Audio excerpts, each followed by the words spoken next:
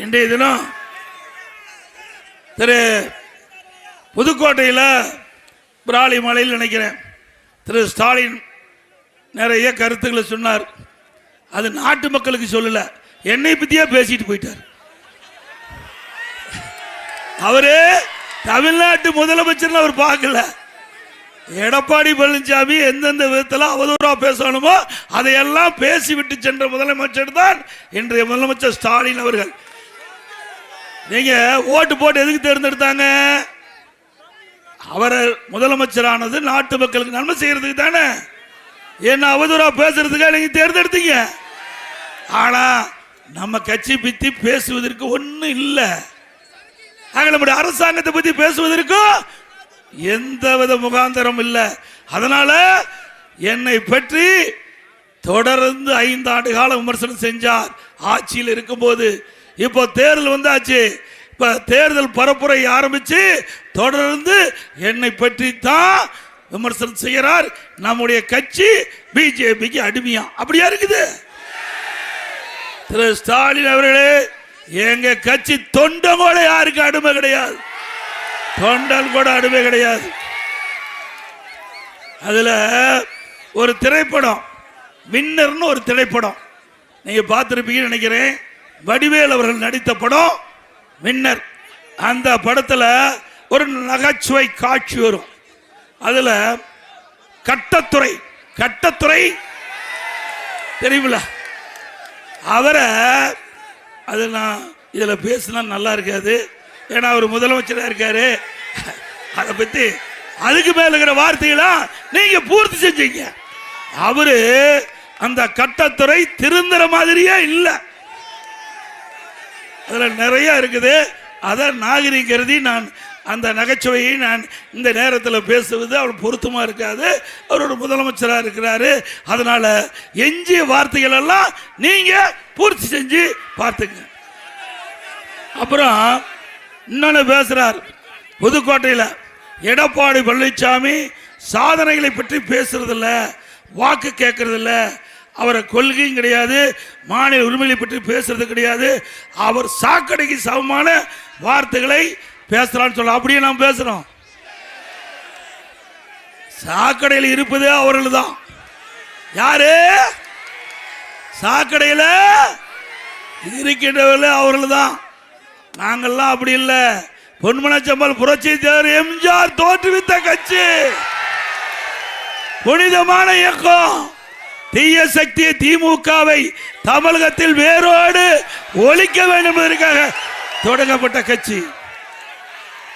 அதே போல இதே புரட்சி தலைவி அம்மா அவர்கள் தன் உடலில் இருக்கின்ற அந்த நோயை கூட பொருட்படுத்தாமல் மக்களை நேசித்து பொன்மனச்சம்பல் புரட்சி தலைவர் எம்ஜிஆர் விட்டு சென்ற பணி தொடர வேண்டும் என்பதற்காக இரவு பகல் பாராமல் உழைத்தார்.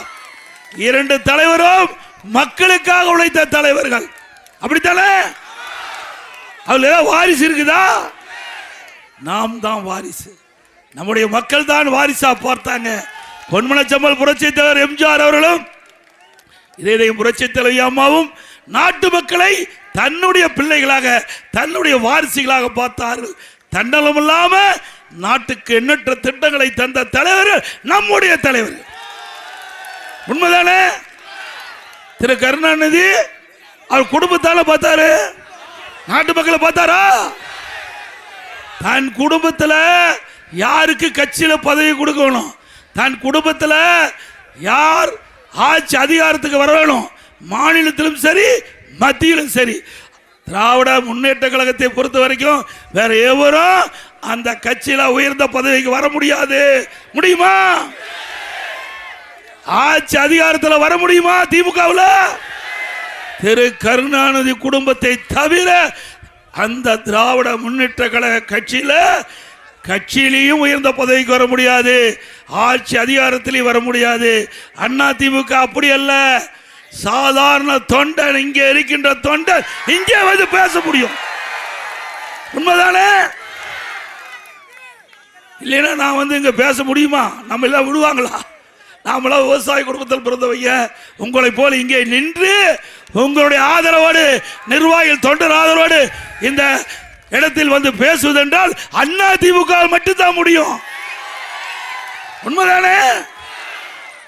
இது அண்ணா திமுகவுடைய ஜனநாயகம் உள்ள ஒரு கட்சி என்றால் அது அண்ணா திமுக கட்சி.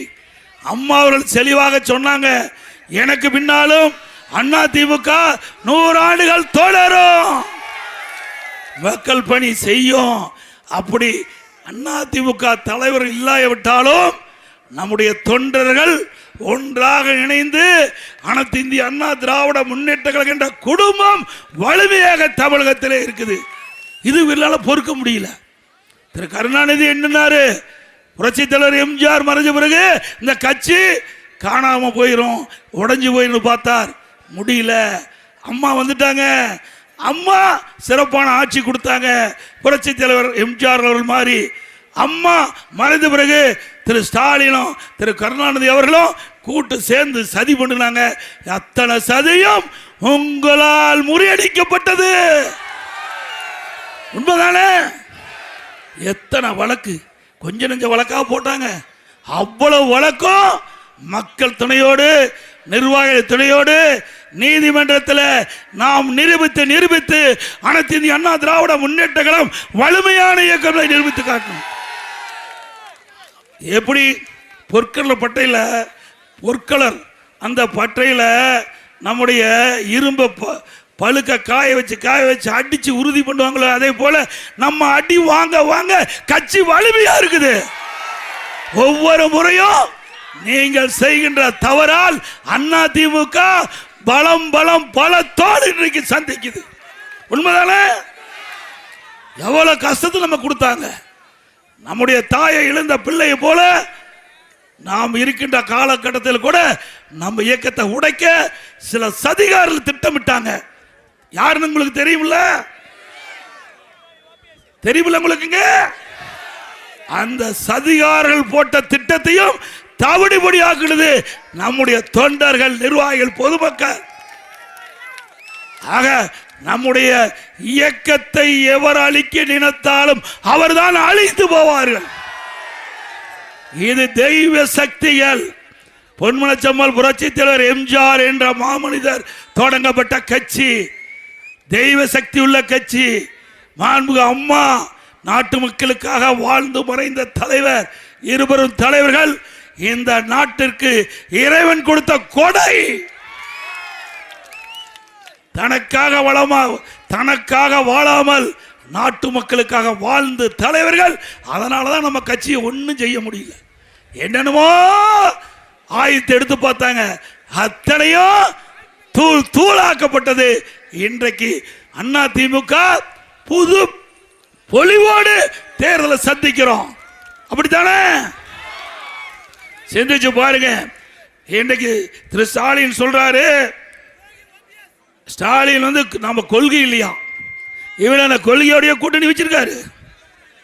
திமுக காங்கிரஸ் ஒரே கொள்கையா? திமுக கம்யூனிஸ்ட் ஒரே கொள்கையா?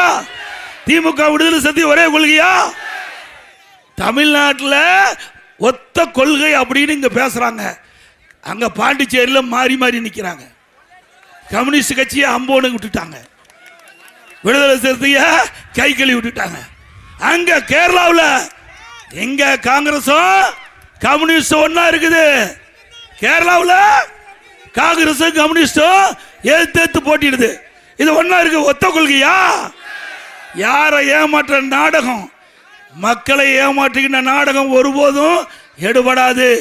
எப்பொழுதும் உண்மைதான் நிலைக்கும், உண்மைதான் நிலைக்கும். திரு ஸ்டாலின் அவர்களே, மக்களை குறைத்து எடை போட வேண்டாம். தமிழ்நாட்டு மக்கள் அறிவுக்கூர்மையான மக்கள், சிந்திக்க கூடியவர்கள். எது சரி தவறு என்று சிந்தித்து முடிவு எடுக்கக்கூடிய ஆற்றல் மிக்க மக்கள் தமிழ்நாடு மக்கள். ஆக அதே போல காவிரி ஒப்பந்தம் கபனியை விட்டு கொடுத்தது திமுக. நீங்க தான் இந்த தமிழ்நாட்டுக்கு துரோகம் விளைவித்தீங்க.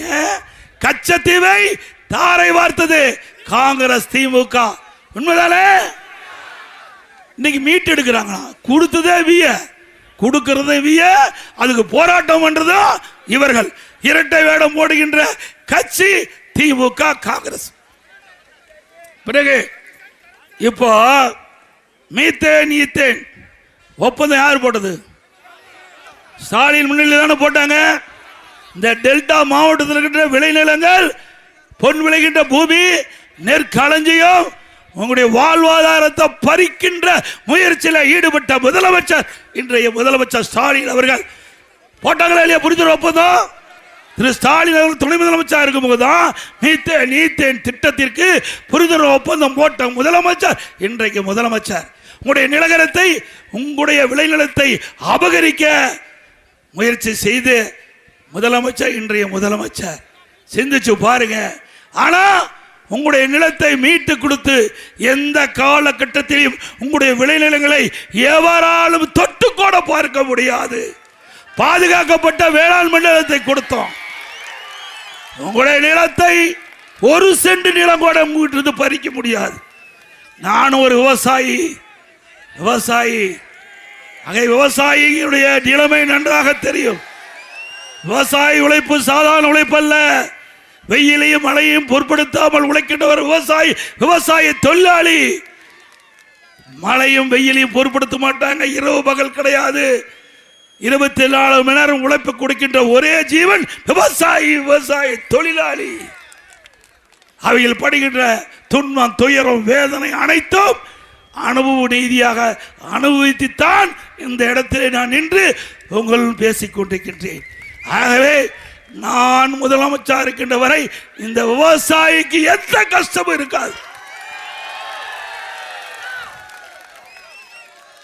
விவசாயிகள் எப்பொழுதெல்லாம் துன்பப்படுகிறீர்களோ அதிலிருந்து விடுபடுவதுதான் என்னுடைய கொள்கையாக இருக்கும்.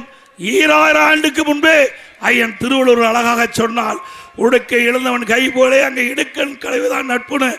விவசாயிகள் துன்பப்பட்டு கொண்டு இருக்கின்ற பொழுது அவர் எதுவுமே எதிர்பாராமல் உதவி செய்கின்றாரோ அதை போல அதிமுக அரசு இருக்கின்ற பொழுது எதுவும் எதிர்பாராமல் விவசாயிகள் பாதிக்கின்ற பொழுது 2000 ஆண்டுக்கு முன்பு ஐயன் திருவள்ளுவர் அவர்கள் சொல்றதை போல உங்களுக்கு ஓடோடி வந்து உதவி செய்கின்ற இயக்கம் அதிமுக அரசாங்கம்.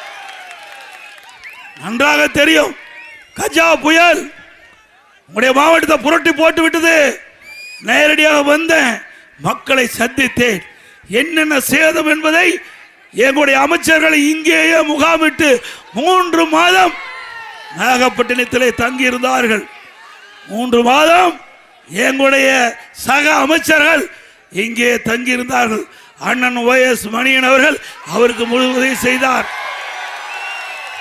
விவசாயிகளுக்கு தேவையான உதவி, அவர்களுக்கு தேவையான நிவாரணங்கள், இன்றைக்கு அந்த கஜா புயலால் ஏற்பட்ட வெள்ள சேதம், பயிர்களுக்கு தேவையான நிவாரணம், அதுவும் மத்திய அரசு NTRF அவர்கள் நிர்ணயிக்கப்பட்ட அந்த நிர்ணயிக்கப்பட்ட விலையை கூட அதிகமாக கொடுத்தோம். 20,000 ரூபா ஒரு ஹெக்டேர் கொடுத்தோம். 13,500 சொன்னாங்க, 20,000 ரூபா கொடுத்தோம். அது மட்டுமல்ல, அந்த மின்கம்பங்கள் அந்த புயலால் உடைந்து சேதமஞ்சு டிரான்ஸ்பாரம் பழுதடைந்து விட்டது. துணை மின் நிலையம் சுக்குநூறா நுருகி போச்சு. மக்களுக்கு மின் வசதி இல்லை, கடுமையாக பாதிக்கப்படுறாங்க. உடனடியாக வேகமாக லட்சக்கணக்கான மின் கம்பங்களை இறக்கி, டிரான்ஸ்பார்மரை இறக்கி, துணை மின்நிலையை சரி செஞ்சு, புயல் வேகத்தில் புயல் எந்த அளவுக்கு வேகமானதோ அதை விட கூடுதலாக வேகமாக வந்து பணிகள் செய்யப்பட்டு புயலுடைய அடிச்சூடு இல்லாமல் பார்த்துக்கிட்டோம். இடுப்பு தண்ணி, நான் வந்து பார்க்கும்போது இடுப்பு தண்ணியில் நம்முடைய மின் ஊழியர்கள் தோளிலே மின் கம்பங்களை தூக்கி கொண்டு போய் அந்த வயலிலே நட்டு உங்களுக்கு அற்புதமான மின் இணைப்பை கொடுத்தாங்க. இனி HD லைன் 2 லைனும் ஒரே கம்பத்தில் போற மாதிரி உயரமா மின் கம்பத்தை, வலிமையான மின் கம்பத்தை நெட்டு உங்களுக்கு அந்த புயல் காலத்தில் நேசக்கரம் நீட்டிய அரசாங்கம் அதிமுக அரசாங்கம். எவ்வளவு நிவாரணம் கொடுத்தோம், வீடுதோறும் நிவாரணம் கொடுத்தங்க. அந்த பாதிக்கப்பட்ட மக்கள் அத்தனைக்கு நிவாரணம் கொடுத்தோம். இன்றைக்கு கூரைகள் பறந்து போச்சு, தார்பாய் கொடுத்தோம். அந்த கூரைகள் மழையில் அந்த மக்கள் நனையக்கூடாது என்பதற்காக தார்பாய் கொடுத்தோம். இறந்தவர்கள் புயலால் காற்றால் உயிர் இருந்த குடும்பத்துக்கு நிவாரணம் கொடுத்தோம். ஆட்டுக்கு கொடுத்தோம் நிவாரணம், மாட்டுக்கு கொடுத்தோம். ஆக கால்நடை செல்வங்கள் கோழிக்கு கூட நிவாரணம் கொடுத்தோம். கணக்கிட்டு விவசாய பெருடைய மக்கள், விவசாய தொழிலாளிகள், வளர்க்கப்பட்ட கால்நடைகள் சேதமடைந்து விட்டது. அந்த இழப்பீடு விவசாயிகள் தாங்க முடியாது, விவசாய தொழிலாளி தாங்க முடியாது. அதற்காக கணக்கிட்டு அனைத்து நம்முடைய கால்நடை செல்வங்களுக்கும் நிவாரணம் கொடுத்த ஒரே அரசாங்கம் அதிமுக அரசாங்கம்.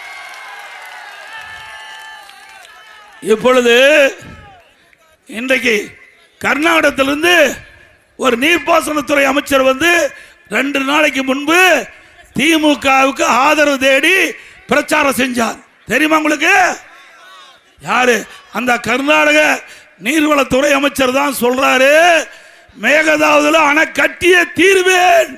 சட்டமன்றத்தில் அதற்கென்று ஒரு நிதி ஒதுக்கி இருக்கிறார். நீர்ப்பாசனத்துறை அமைச்சர் திரு சிவகுமார், அந்த அமைச்சர் தமிழ்நாட்டுக்கு வந்து திரு ஸ்டாலினும் அவரும் தேர்தல் பிரச்சாரத்தை மேற்கொள்றாங்க. இது நியாயமா? மேகதாதுல அணை கட்டப்பட்டு விட்டா நாகப்பட்டினம் மாவட்டம் வறட்சியாக மாறிவிடும், பாலைவனமாக மாறிவிடும். நம்முடைய உரிமையை மீறுகின்றவர்கள் உச்ச நீதிமன்றத்தின் மூலமாக தீர்ப்பை பெற்றிருக்கிறோம். இன்றைக்கு உச்ச நீதிமன்றம் தீர்ப்பு தெளிவாக குறிப்பிட்டிருக்குது. காவிரி நதியை தடுக்கவோ அது அணையை தடுத்து நிறுத்தவோ இல்லது தண்ணீரை திருப்பவோ தேக்கவோ கூடாது என்று உச்ச நீதிமன்றம் தெளிவான தீர்ப்பை வழங்கப்பட்டதற்கு எதிராக கர்நாடக அரசு அங்க நீர்ப்பாசனத்துறை அமைச்சர் அங்க மேகதாது அணை கட்டிய தீர்வேன் என்று இன்றைய தினம் வழக்கு வரை போட்டுக்கிறாங்க. அவர் தமிழ்நாட்டுக்கு வந்து திமுக ஆட்சிக்கு வருவதற்கு பிரச்சாரம் செய்கிறார். இப்படிப்பட்டவர்களை ஏற்றுக்கொள்ள முடியுமா? அந்த மேகதாது பகுதியில் மட்டும் அணை கட்டப்பட்டு விட்டா நாகப்பட்டினம் பாலைவனமாக ஆகிரும். இங்க மட்டுமல்ல, டெல்டா மாவட்டம் முழுவதும் பாலைவனமாக மாறிவிடும். அப்படிப்பட்ட துரோகம் எண்ணம் கொண்ட திரு ஸ்டாலின் மீண்டும் வர வேண்டுமா?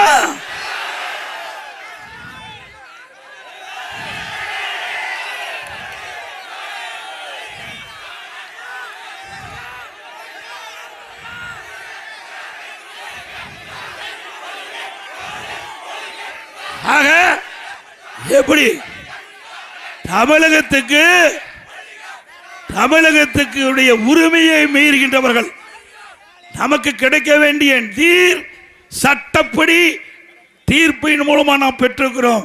அதற்கு எதிரானவரோடு இன்றைக்கு தமிழ்நாட்டுக்கு வந்து பிரச்சாரம் செய்கிறார் என்று சொன்னால் திரு ஸ்டாலின் அவர்கள் தமிழ்நாட்டு விவசாயிக்கு நன்மை செய்யக்கூடியவரா? விவசாயிகளுடைய விரோதி தானே. அது மட்டுமல்ல, இதே சிந்திச்சு பாருங்க. முத இந்தியா கூட்டணி பெங்களூர்ல நடக்குது. அப்ப இதே ஸ்டாலின் அவர்கள் அந்த கூட்டத்தில் போய் கலந்துக்கிறார். 2022 என்று நான் கருதுகிறேன்.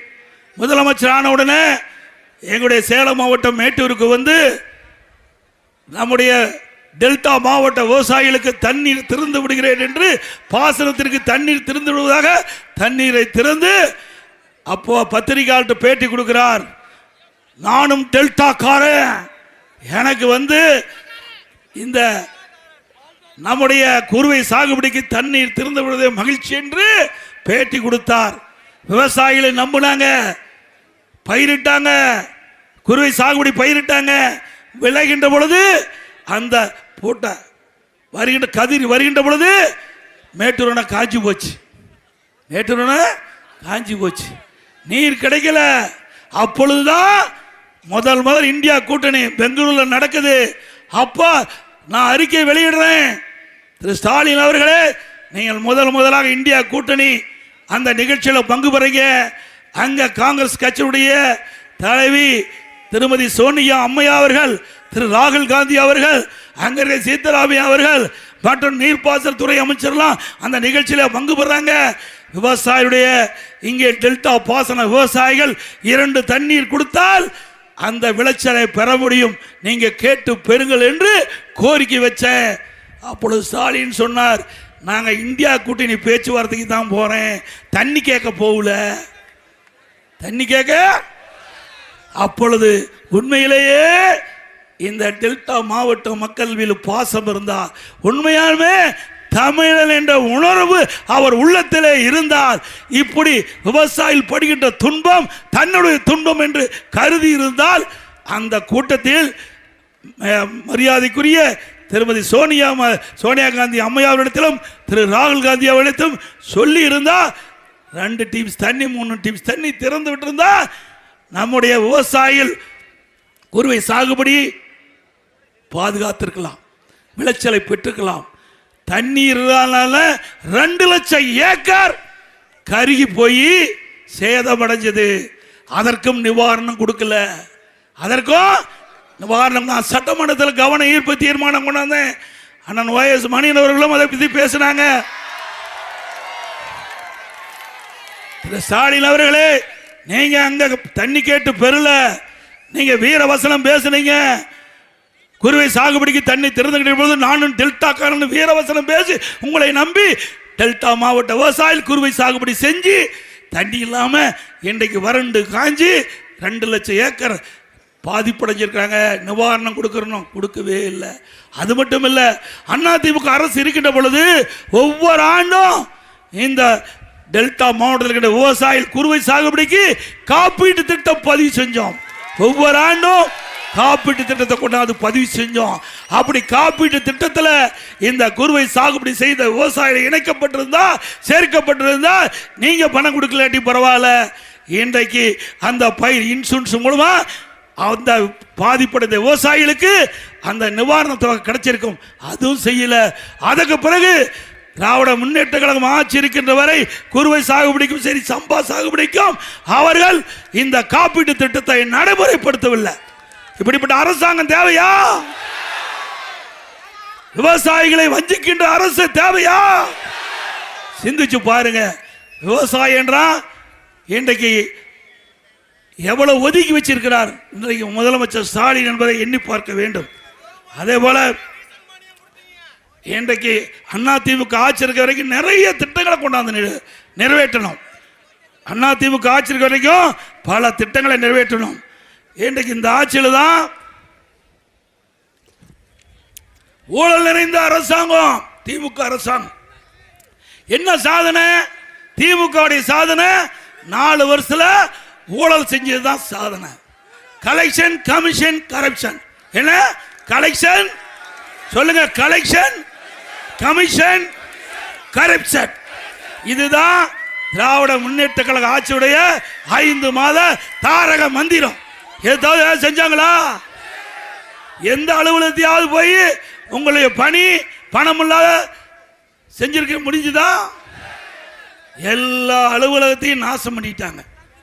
அதோட டாஸ்மாக்ல என்ன 10 ரூபா யாரு கூடுதலா வாங்கினாங்களா இல்லையா? கூடுதலா வாங்கினாங்களா இல்லையா? அந்த டாஸ்மாக்ல மட்டும் வருஷத்துக்கு 5400 கோடி ஊழல். நான் 5 வருஷத்துல 24,000 கோடி டாஸ்மாக் கடையில ஒரு பாட்டிலுக்கு 10 ரூபா அதிகமா வச்சு கொள்ளையடித்த அரசாங்கம் தேவையா? அதே போல பல பொய் வாக்குறுதிகள், போட்டோ ஷூட். அதிமுக ஆட்சியில் ஒண்ணுமே செய்யலையா? திரு ஸ்டாலின் அவர்களே சிந்தித்து பார்க்க வேண்டும். நாங்கள் கஜா புயல்ல எப்படியெல்லாம் கஷ்டப்பட்டு இந்த மக்களுக்கு நன்மை செஞ்சோம். விவசாயிகள் பாதிக்கப்படுகின்ற பொழுதெல்லாம் அவருக்கு தேவையான நிவாரண உதவிகளை வழங்கிய அரசு அதிமுக அரசு. 2 முறை ஒரே ஆண்டில் பேரிடர் காலங்களில் விவசாயிகள் பாதிச்சாங்க. ஒரு அரசாங்கம் 2 முறை நம்முடைய விவசாயிகள் பாதிக்கப்பட்ட விவசாயிக்கு நிவாரணம் கொடுத்த ஒரே அரசாங்கம் இந்தியாவில் அதிமுக அரசாங்கம். அதே போல பார்த்தீங்கன்னா அண்மையில் குறுவை சாகுபடி பயிரிட்ட விவசாயிகள்லாம் அவருடைய உற்பத்தி செய்யப்பட்ட நெல்லையெல்லாம் மூட்டை பிடிச்சி அங்கே நேரடி நெல் கொள்முதலுக்கு கொண்டு போய் விற்பனை செய்ய போனாங்க. நிறையா கொள்முதல் செய்யலை, வெளியில் திறந்த வெளியில் அடுக்கியிருந்தாங்க. அந்த நெல்மணிகள்லாம் முளைச்சி போச்சு. முளைச்சி போச்சு இல்லை காட்டு. அந்த நானே நேரடியாக வந்தேன். நானே நேரடியாக வந்து அந்த விவசாயியெல்லாம் பார்த்து குறைகளை கேட்டேன். விவசாயியெல்லாம் பார்த்து குறை கேட்டேன். அப்போ ஒரு பெண்மணி வந்து கண்ணீர் விட்டு அழுதாங்க. நான் அணிந்திருந்த நகையெல்லாம் விற்று கடன் உடனே வாங்கி நடவு செஞ்சு நல்லா விளைஞ்சி அறுவடை செஞ்சு அந்த நெல்லையெல்லாம் மூட்டை பிடிச்சி கொண்டு வந்து நான் வெளியில் அடிக்கியிருந்தேன். இந்த நேரடி நெல் கொள்முதலத்தில் கொள்முதல் செய்யாத காரணத்தினால இந்த மழையால் நனைந்து நெல்மணிகள்லாம் முளைத்து போச்சுன்னு இங்கே இருக்கிற பெரும்பாலான மக்கள் என்னோட வந்து பார்த்தாங்க. இங்கெல்லாம் கூட இருக்குங்க அண்ணெல்லாம் வந்தார். வந்து எல்லா சென்டருக்கும் போய் பார்த்தோம். அப்படி அந்த நெல்லை கூட முழுமையாக கொள்முதல் செய்யாத அரசாங்கம் தேவையா? ஏங்க எவ்வளோ கஷ்டம். நாற்று விட்டு அதை பிடுங்கி வயலடித்து வரப்பு வச்சு நடவு செஞ்சு அதுக்கு பிறகு களை எடுத்து பூச்சிக்கொல்லி மருந்து அடித்து அப்புறம் விளைஞ்சி அறுவடை செஞ்சு அதை நெல்மணியை மூட்டை பிடிச்சி கொண்டு வரதுன்னா சாதாரண விஷயமா? அது விவசாயிக்கு தான் தெரியும். அவருக்கு எங்கே போய் விவசாயம் பண்ண தானே தெரியும். இன்னைக்கு அப்படி அந்த நெல்மணியெல்லாம் முளைச்சி போச்சு. இதை வந்து நேரடியாக வந்து விவசாயிகளை பார்த்து ஆறும் சொல்ல வக்கில்ல. இந்த முதலமைச்சர் திரைப்படம் பார்க்கறதுக்கு 3 மணி நேரம் செலவழிக்கிறார். இங்கே இருக்கிற விவசாயிகள் பாதிக்கப்பட்டாங்களே, டெல்டா மாவட்டத்தில் இருக்கின்ற குறுவை சாகுபடி செய்த அந்த விவசாயிகள் இரவென்றும் பகலென்றும் பாராமல் உற்பத்தி செய்யப்பட்ட நெல் மழையால் நனைந்து முளைக்குது. அதை பார்வையிட வர வேணுமா? வர வேணுமில்ல? வரல. என்ன பண்ணாரு? ஒரு பிளாஸ்டிக் தட்டில் அதை கொண்டு போய் வச்சு காட்டுறாங்க. ஒரு பிளாஸ்டிக் தட்டில் பாருங்க எவ்வளவு கேவலமா நினைக்கிறார் விவசாயி. ஏங்க பாரு, அது என்னன்னே தெரியாது அந்த முதலமைச்சருக்கு. இது நெல் பயிரா வேற எதை காட்டுறாங்கன்னே தெரியாது. இப்படிப்பட்ட முதலமைச்சர் நாட்டை ஆண்ட நாடு உருப்படியாமா? விவசாயி தான் பிழைக்க முடியுமா? விவசாயி தான் வாழ முடியுமா? ஏங்க என்ன நேராக திருச்சிக்கு வாங்க, ஃப்ளைட் இருக்குது. நேராக நாகப்பட்டினம் மாவட்டம் வாங்க, பக்கத்தில் திருவாரூர் மாவட்டம், தஞ்சை மாவட்டம் வந்து பாருங்க. இதில் என்ன கஷ்டமாக இருக்குது? இப்போ ஊரா போறீங்கல்ல, ஓட்டு கேட்க ஊரா போறாருல்ல. மக்களுடைய ஓட்டு வேணும். ஆனால் மக்கள் துன்பப்படும் போது மக்களை பார்க்க மாட்டாங்க. இப்போ இந்த முதலமைச்சருக்கு டீ குடிக்கிறது ஃபேஷன். இப்போயாவது போ டீ கடையில் என்னன்னு பார்த்து தெரிஞ்சுக்க. மக்கள் எப்படி கஷ்டப்படுறாங்கன்னு இப்போ போய் டீ கடையில் பார்த்து டீயை குடி. ஏங்க இதுக்காக முதலமைச்சர் தேர்ந்தெடுத்திருக்கிறாங்க. டீ கடையில் போய் டீ குடிக்கிறத காட்டுவாங்க, வெளிநாட்டில் போய் சைக்கிள் ஓட்டுறதை காட்டுவாங்க. வெளிநாட்டு யாருடைய பணத்தில் போற? உங்களுடைய வரி பணத்தில் போறாரு. அங்கே போய் தொழில் முதலீட்டு ஈர்க்க போறனா அங்கே போய் சைக்கிள் ஓட்டிட்டு இருக்காரு. தொழில் முதலீட்டு ஈர்க்க படம் காட்டல, தொழில் முதலீட்டு ஈர்ப்பதற்கு அந்த செய்தி வெளிவல்ல, ஒரு சைக்கிள் ஓட்டுற செய்தி வருது. இதுக்கு இங்கிருந்து இந்தியாவிலிருந்து தமிழ்நாட்டிலிருந்து இந்தியாவிலிருந்து வெளிநாடு போய் தான் சைக்கிள் ஓட்டணுமா? ஈஸியாக ரோட்டில் சைக்கிளில் போறாரு. அது அழுத்துற மாதிரி பேட்டரி வண்டி, அழுத்துறதெல்லாம் கிடையாது. அழுத்தங்க சத்து இருக்குது அவருக்கு. பேட்டரி வச்சு பேட்டரி வண்டியில் போறாரு. அப்புறம் பளு தூக்குறாரு. இது யாரையும் உன்னை கேட்டா? பளு தூக்குறதுக்கு அவனை முதலமைச்சர் ஆக்குனாங்க. எதுக்கு முதலமைச்சர் ஆக்குனாங்க? நாட்டுக்கு நல்லது செய்யணும், நாட்டு மக்கள் பிரச்சனையிலிருந்து விடுவிக்க வேண்டும், கொடுக்கப்பட்ட வாக்குறுதி நிறைவேற்ற வேண்டும். அதுதான் எதிர்பார்த்து உங்களை முதலமைச்சர் ஆக்கியிருக்கிறாங்க. இந்த பளு தூக்குறதை காட்டுறது, சைக்கிள் போகிறத காட்டுறது, டீ குடிக்கிறத காட்டுறது, வாக்கிங் போகிறத காட்டுறது, இதையெல்லாம் குடும்பத்தோட வச்சுக்க. யாரும் வேண்டாங்கல்ல, அது தனிப்பட்ட விஷயம். அதை வந்து பொது செய்தியாக்கி அதை வெளிப்படுத்துறாரு. ஏன்னா இந்த ஆட்சியில் அதுதான் சாதனை, வேற எந்த சாதனையும் இல்லை. செஞ்சிருந்ததால காட்ட முடியும். உண்மைதானே? இப்போ நாம செயல்படுத்தி இருக்கிறோம்.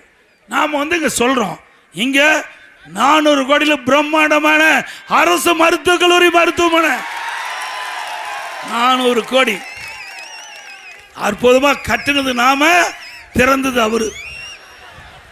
நாம பெற்ற பிள்ளைக்கு அவரு பேர் வச்சுட்டு போயிட்டார். அதுதான் முடியும் அவர்னால. ஒரே ஆண்டில் 11 அரசு மருத்துவக் கல்லூரி மருத்துவமனை. ஒரு வருஷம் ஆட்சிக்கு வந்து 5 வருஷம் ஆகுது. ஸ்டாலின் ஒரு மருத்துவக் கல்லூரி மருத்துவமனை கொண்டாட முடிஞ்சுதா? அங்க தில்லு திராணி தெம்பு இருக்குதா? சொல்றாரு புதுக்கோட்டையில் விராலிமலையில் சொல்றாரு எடப்பாடி பழனிசாமி சாதனை சொல்லி ஓட்டு கேட்கலையான்னு. திரு ஸ்டாலின் அவர்களே, நான் ஏற்கனவே சவால் விட்டேன், இப்போ நாகப்பட்டினம் நகரத்திலிருந்து சவால் விடுறேன். அதிமுக ஆட்சியில் செய்த சாதனை பட்டியலிட்டு சொல்றேன். திராவிட முன்னேற்ற கழகம் நீங்க முதலமைச்சரான பிறகு என்னென்ன சாதனை சொல்லு விளக்குங்க, மக்கள் தீர்ப்பு கொடுக்கட்டும். அதிமுக ஆட்சி கேட்டுக்குங்க. அதிமுக ஆட்சி ஒரே வருடம் 11 அரசு மருத்துவக் கல்லூரி மருத்துவமனை. 2011 2021 அம்மா ஆட்சி, அம்மாவுடைய அரசு 17 அரசு மருத்துவக் கல்லூரி மருத்துவமனை. 10 ஆண்டுல 17 அரசு மருத்துவக் கல்லூரி மருத்துவமனை. நான் முதலமைச்சர் இருந்த பொழுது 6 சட்டக்கல்லூரி 4 ஆண்டுல. அம்மா இருக்கும்போது ஒரு சட்டக்கல்லூரி, 10 ஆண்டுல 7 சட்டக்கல்லூரி திறந்தோம். 21 பாலிடெக்னிக் கல்லூரி 10 ஆண்டுல 2011 2027 வரை. அதே போல 68 கலை மற்றும் அறிவியல் கல்லூரி, 4 பொறியியல் கல்லூரி, 4 வேளாண்மை கல்லூரி, 5 கால்நடை மருத்துவக் கல்லூரி, கால்நடை மருத்துவக் கல்லூரி, ஆராய்ச்சி நிலையம், ஒரு மிகப்பெரிய கால்நடை பூங்கா, ஆசியாவிலேயே மிகப்பெரிய கால்நடை பூங்கா சேலம் மாவட்டம் தலைவாசல்ல 1200 கோடியில 1000 ஏக்கர்ல கட்டினேன். முழுக்க முழுக்க விவசாயிகளுக்காக அந்த திட்டம் பயன்படும் என்ற நோக்கத்தில் நான் கட்டினேன். நான் வெளிநாடு போனேன், அமெரிக்காவில் பஃபலோ பால் பண்ணைக்கு போனேன். அங்க அந்த பசுக்கள் வளர்க்கதை பார்த்தேன். அங்க என்னென்னலாம் அவள் கடைப்பிடிக்கிறான் பார்த்து அங்க இருக்கின்ற கால்நடை அதிகாரிடத்தில் கேட்டேன். ஒரு பசு ஒரு நாளைக்கு 65 லிட்டர் பால் கறக்குது. ஒரு நாளைக்கு 65 லிட்டர் பால் கிடக்குது. அதே போல நம்முடைய மாநிலத்தில் இப்படி கலப்பின பசுக்களை உருவாக்கி நம்முடைய விவசாயிகளுக்கு, விவசாய தொழிலாளிக்கும் விலையில்லாமல் கொடுக்கலாம் என்று அந்த கால்நடை பூங்கா ஆராய்ச்சி நிலையத்தை கட்டி முடிஞ்சது. ஒரு பகுதி முடிஞ்சது. மருத்துவக் கல்லூரி, கால்நடை மருத்துவக் கல்லூரி ஆராய்ச்சி நிலையத்தை திறந்துட்டேன். அந்த மற்ற ஆராய்ச்சி நிலையம் 90% முடிஞ்சிருந்தது. 3 வருஷம் கிடப்பில் போட்டாங்க. 3 ஆண்டு கிடப்பில் போட்டாங்க. அதுக்கு முழுக்க முழுக்க மாநில அரசாங்க நிதி 1050 கோடிங்க. அதை அப்படியே முடக்கி இன்ன வரைக்கும் திறந்து செய்யல. இந்த கலப்பின பசுக்களை உருவாக்கும் போது நம்முடைய விவசாயி கொடுக்கும் போது 40 லிட்டர் பால் கறக்கும். ஒரு நாளைக்கு 40 லிட்டர் பால் கறக்கும். நாம 3 பசு வளர்ப்பதற்கு பதிலாக ஒரு கலப்பின பசு வளர்த்தா 40 லிட்டர் கிடைக்கணும். 2 பசு வளர்த்தினாவே நம்ம குடும்பம் மகிழ்ச்சியோட வாழலாம். இது விவசாயம் என்ற முறையில் என் மனதில் தென்பட்டது. நம்முடைய விவசாயிகள் இந்த கலப்பின பசுகளுக்கு விலையில்லாமல் கொடுக்கணும், விவசாய தொழிலாளிக்கு இதை விலையில்லாமல் கொடுக்கணும் திட்டமிட்டு தான் அதை நான் இந்த திட்டத்தை ஆரம்பித்தேன். அதை மூடி வச்சிருக்காங்க. மீண்டும் அதிமுக ஆட்சி வளர்ந்த உடனே திட்டம் செயல்பட்டு நாகப்பட்டில் இருக்கின்ற விவசாயிகளுக்கு, விவசாய தொழிலாளிக்கு அற்புதமான கலப்பின பசு கொடுக்கப்படும். நல்ல கலப்பின பசு கொடுக்கப்படும். இது என்னுடைய லட்சியம். விவசாய தொழிலாளி மகிழ்ச்சியோட வாழ வேண்டும். எந்தெந்த திட்டத்தை கொண்டு வந்தால் நம்முடைய விவசாய தொழிலாளி சிறப்பாக வாழ்வார், அதை பார்த்து நான் ஒவ்வொரு திட்டத்தை கொண்டாந்தேன்.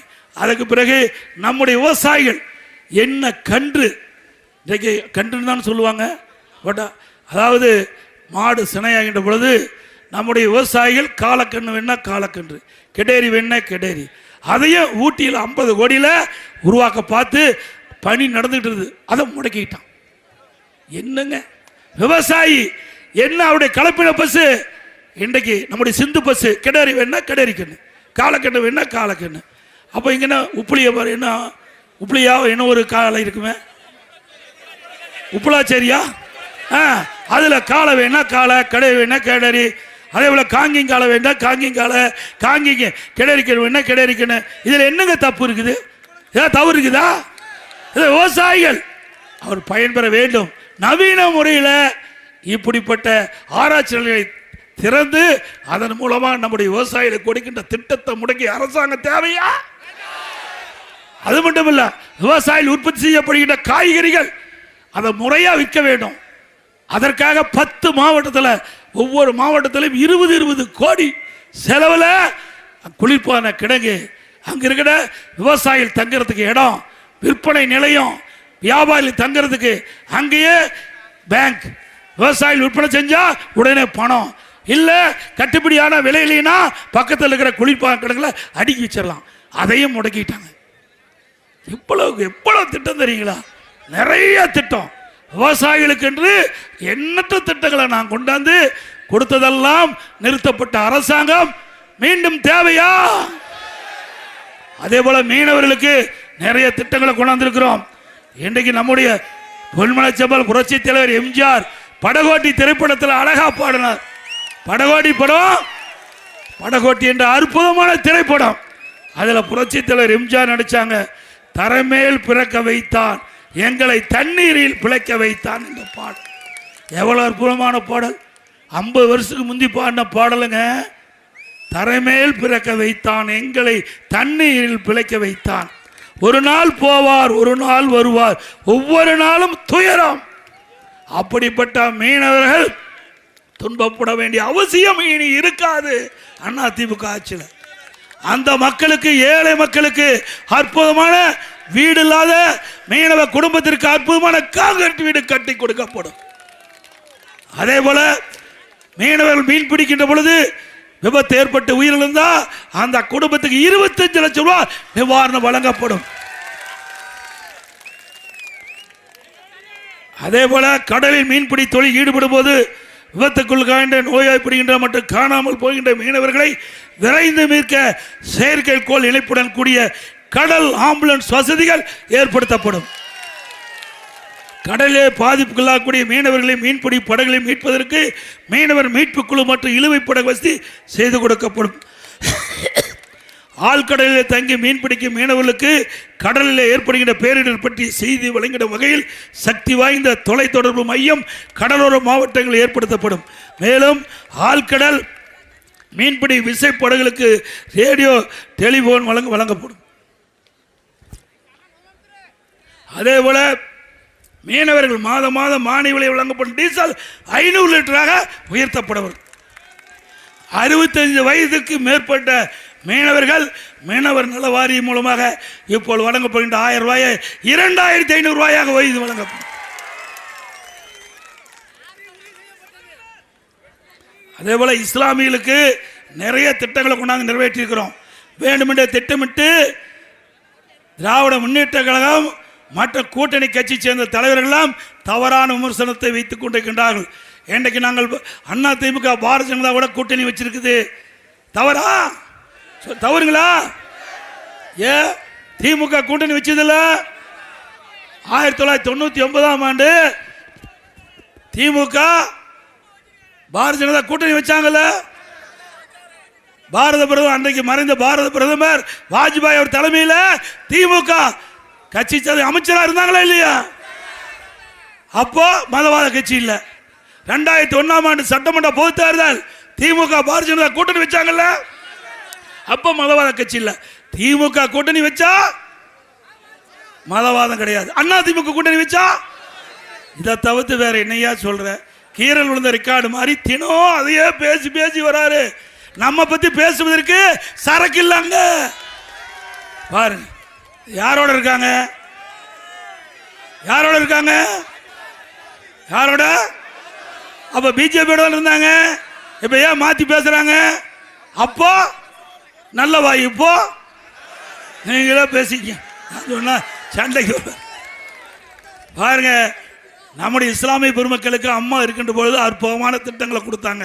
2001ஆம் ஆண்டு அம்மா இடத்துல இஸ்லாமிய பெருமக்கள் வைத்த கோரிக்கை, ரமலான் மாதத்தில் பள்ளி வாசலுக்கு நோன்பு கஞ்சி தயாரிக்க அரிசி கொடுத்த அரசாங்கம் அதிமுக அரசாங்கம். நாகூர் தர்கா சந்தனக்கூடு விழாவுக்கு தேவைப்படும் சந்தனக்கட்டை கொடுத்தது அதிமுக. 2018 வரை ஹஜ் புனித பயணம் மேற்கொள்ள மத்திய அரசு நிதி உதவி வழங்குகிறது. திடீரென்று 2019ஆம் ஆண்டு நிறுத்தப்பட்டது. என்னிடத்தில் இஸ்லாமிய பெருமக்கள் அதை தொடர்ந்து ஹஜ் புனித பயணம் மேற்கொள்ள நிதியுதவி வேண்டும்னு கேட்டாங்க. தொடர்ந்து அதிமுக அரசு நிதியுதவி வழங்குச்சு. 2021ஆம் ஆண்டு இந்த நிதியை உயர்த்தி வழங்க வேண்டும் என்று கோரிக்கை வச்சாங்க. கோரிக்கை ஏற்று ஹஜ் புனித பயணம் மேற்கொள்ள 6 கோடியிலிருந்து 12 கோடியாக உயர்த்தி கொடுத்தோம். ஹஜ் பயணிகள் சென்னையில் தங்கி செல்ல ஹஜ்ஜில் வேணும் கேட்டாங்க. 15 கோடி ஒதுக்கி தந்த அரசாங்கம் அதிமுக அரசாங்கம். 2016 ஹாஜிகளுக்கு மாதந்தோறும் 20,000 ரூபாய் மதிப்பூதியம் வழங்கும் திட்டத்தை கொண்டு வந்து அதிமுக. உலமாக்கல் மற்றும் மோதிலாவுக்கு ஓய்வூதிய பயணிகள் எண்ணிக்கையை உயர்த்த வேண்டும் கோரிக்கை வச்சாங்க. 2004 2006 உயர்த்தணும். அவருடைய ஓய்வூதியம் 750 இருந்தது, அதை 3000 உயர்த்தி கொடுத்தோம். உலமாக்களுக்கு புதிய இருசக்கர வாகனம் மானிய விலையில் கொடுனாங்க கேட்டாங்க. 25,000 மானிய உதவி செஞ்சோம். வகுப்பாயத்திற்கு ஆண்டு நிர்வாக மானியம் மற்றும் பள்ளிவாசல்கள் தற்காகல் பழுதுபார்த்தல் மற்றும் புனரமைப்பு பணிகளை மேற்கொள்ள நிதியுதவி வழங்கப்பட்டது.